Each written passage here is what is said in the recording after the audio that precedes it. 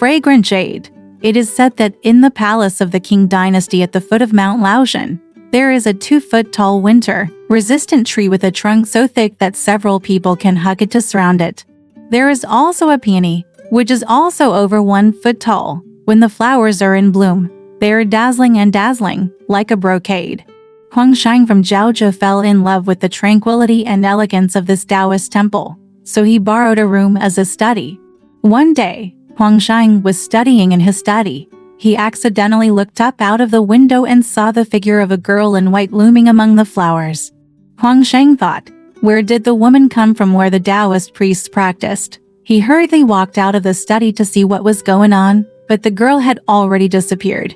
But he saw the girl coming out several times after that, so Huang Sheng hid in the bushes in advance, waiting for the girl to come again.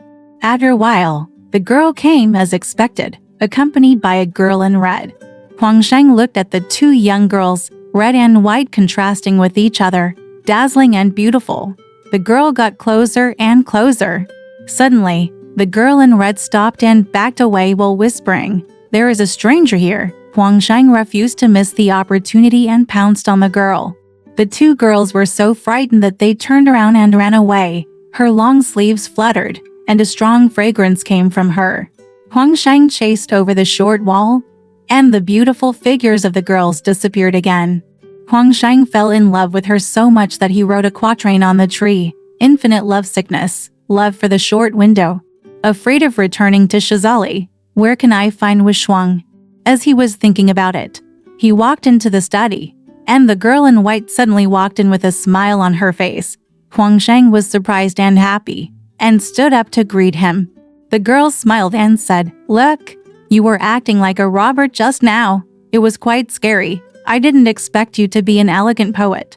"Then I might as well meet you." Huang Sheng asked about her life experience, and the girl said, "My name is Xiangyu. I was originally from a brothel. I was locked up in this mountain by a Taoist priest. I really didn't do it willingly." Huang Sheng asked hurriedly, "What is the name of the Taoist priest?" "I will definitely wash away your shame." Xiangyu said, "No need. He didn't dare to force me. It's not a bad idea for me to take this opportunity to have frequent trysts with you, a romantic scholar."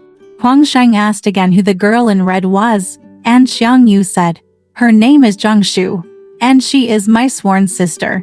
The 2 became more and more intimate as they talked, and Xiangyu stayed in Huang Sheng's study that night. When I woke up the next day, the red sun was already approaching the window.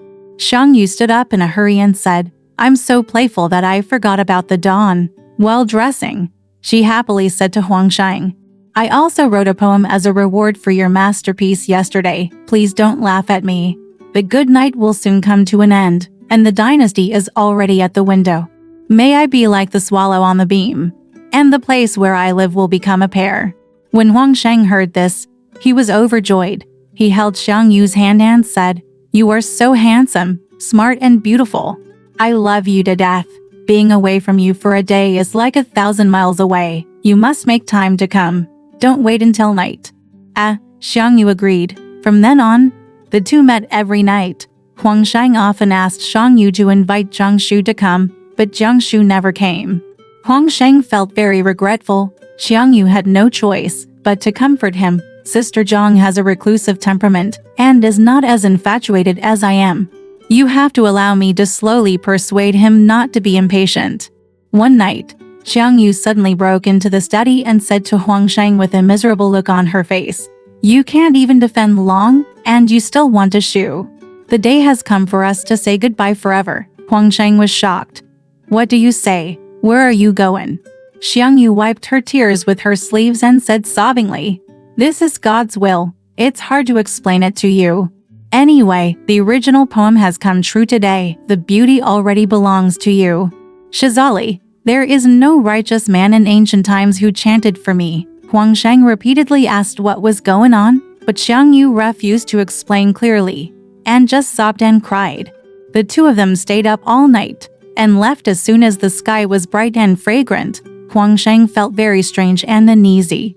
The next day, a Jimo County man named Lan came to visit the Taiqing Palace. When he saw the white peony, he liked it very much and dug it up. Huang Sheng suddenly realized that Xiangyu was the peony flower demon, so he felt confused and very sorry. A few days later, Huang Sheng heard that the man named Lan had transplanted peonies into his home, but the peonies were withering day by day. Huang Sheng hated it so much that he wrote 50 poems about crying flowers.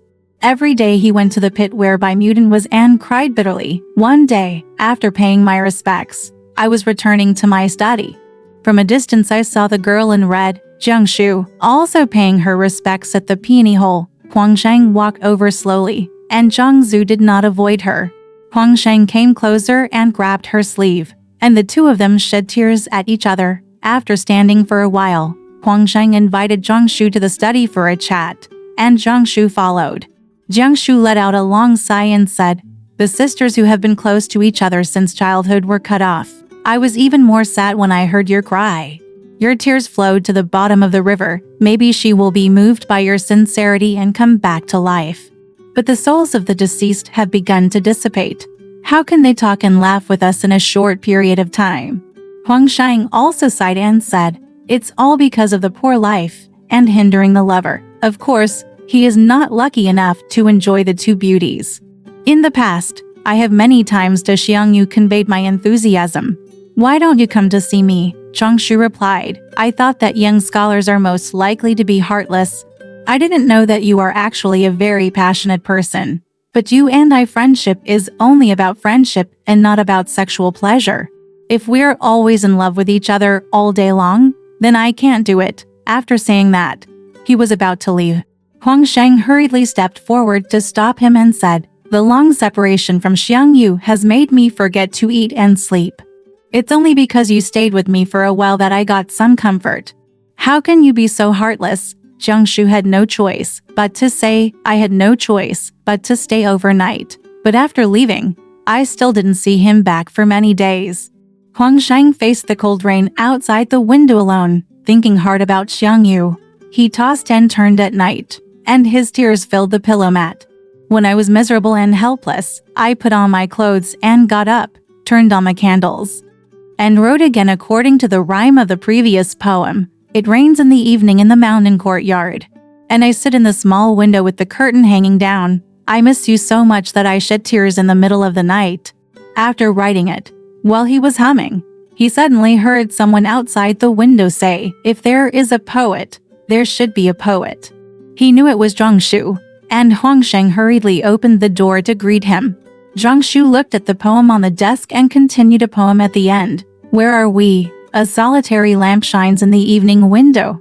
There is one person in the empty mountain, and the opposite shadow forms a pair."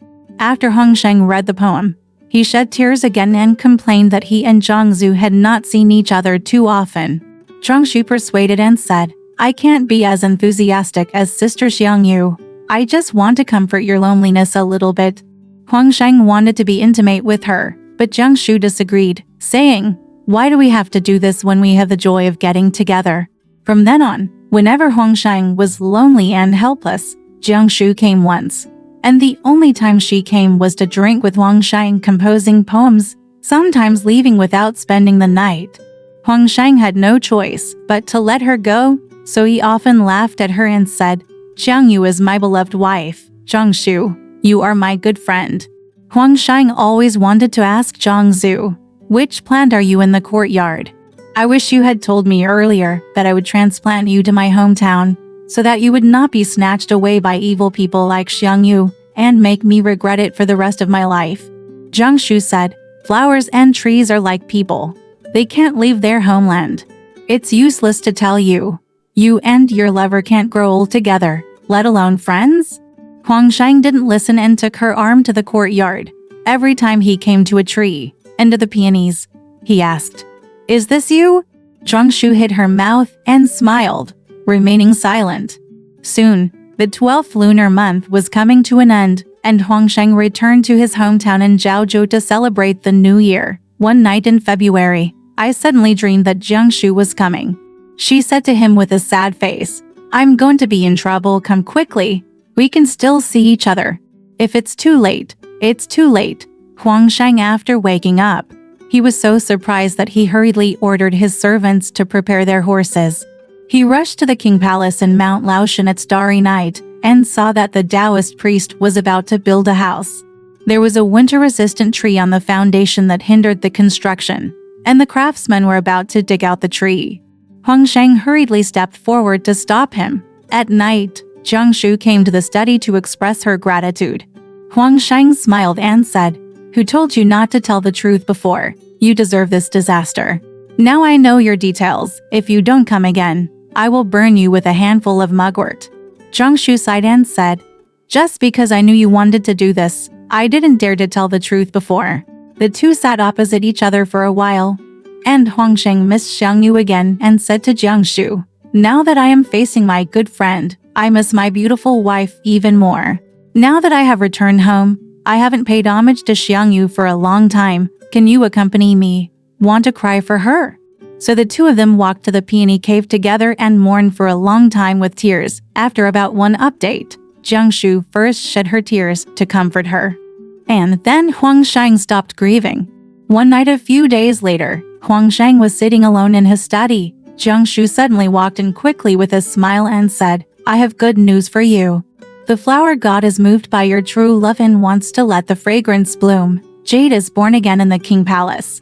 Huang Sheng stood up and asked in surprise and joy, "When?" Jiangxue said, "I don't know. It probably won't be too long, second early in the morning."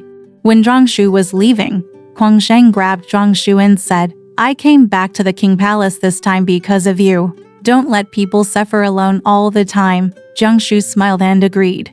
Gone.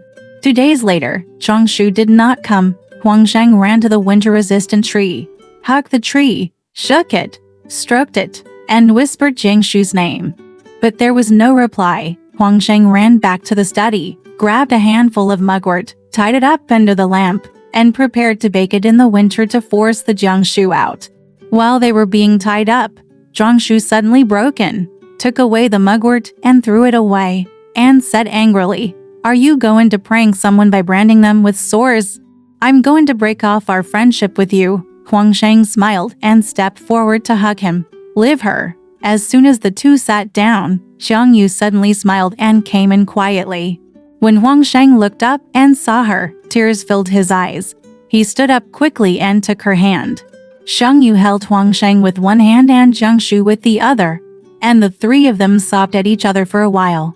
After sitting down, strangely enough, Huang Sheng felt that his palms were empty, as if he was not holding anything, so he asked Xiangyu in surprise. Xiangyu replied with tears, "In the past, I was the god among flowers, so I was solid.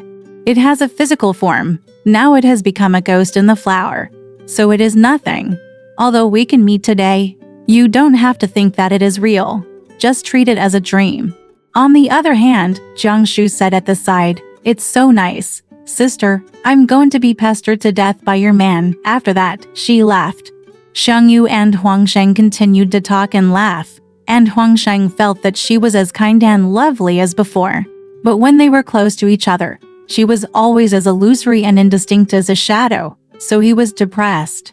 Xiangyu also felt deeply regretful and told him, "You mix some sulfur with crushed white coriander in water, and pour a cup of it into my original hole every day, and I can repay your kindness today next year." After that, he said goodbye and laughed.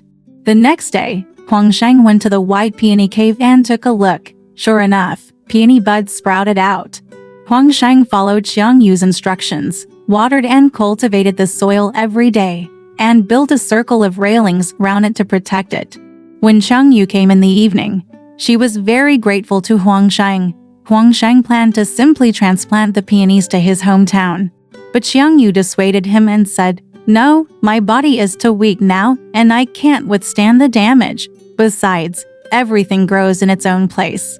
I shouldn't have grown in the first place. In your hometown of Jiaozhou, disobedience will shorten your life. As long as we love each other, the days of reconciliation will naturally come." Huang Sheng complained again that Jiangxue didn't come. Xiangyu said, "You must ask her to come. I have a wonderful way." After saying that, she led Huang Sheng to hold the candle under the winter-resistant tree. She first picked up a thin piece of grass, opened her hand and measured it from bottom to top along the tree to 4 feet and 6 inches. She pressed this part and asked Huang Sheng to use both hands to touch it. The tree scratched its itch, and soon Jiangxue came out from behind the tree, laughing and cursing. "Damn you, you are so bad. Are you going to help the emperor just come back?" As they said, the three of them came to the study hand in hand. Xiangyu quickly apologized. "Sister, don't be offended. I beg you to accompany Huang Lang for a while.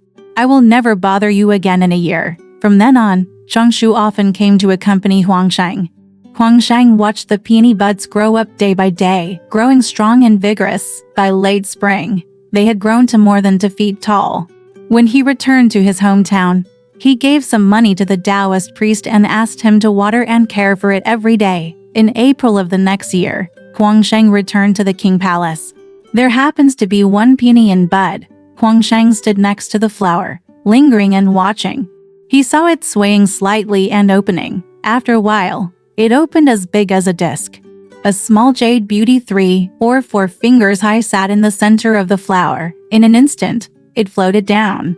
He was as tall as a human being, tall and graceful, and his light was simple and elegant. It was actually fragrant jade. He said with a sweet smile, "I endured the wind and rain to wait for you to come. Why did you come so late?" The two came to the study. Jiangxue also came over. After hearing the news and joked, "I have been a wife for others every day. Now that it's better, I can retreat and become friends." The three of them drank and talked, laughing and joking. It was not until midnight that Jiangxue said goodbye. Huang Sheng and Xiangyu are as loving and happy as ever. Later, Huang Sheng's wife died, and Huang Sheng lived in the Taiqing Palace forever and no longer lived with the same family. At this time, the peony was already very tall, and the trunk was as thick as a human arm. Huang Sheng often pointed to white peony and said, "In the future I will keep my soul here, on your left." Xiangyu and Jiangxue laughed at him one after another and said, "Don't forget your promise then." More than 10 years later, Huang Sheng suddenly became critically ill. His son came from his hometown to visit and couldn't help crying. Huang Sheng himself was very calm and said with a smile, "This is my birth date, not my death date. Why are you crying?" Then he turned to the Taoist priest and said, "In the future, a red bud will sprout from under the peony flower, and it will grow 5 to 5 inches long, a young leaf, that is me." After saying that, he stopped talking. His son took him home in a car, and he passed away suddenly.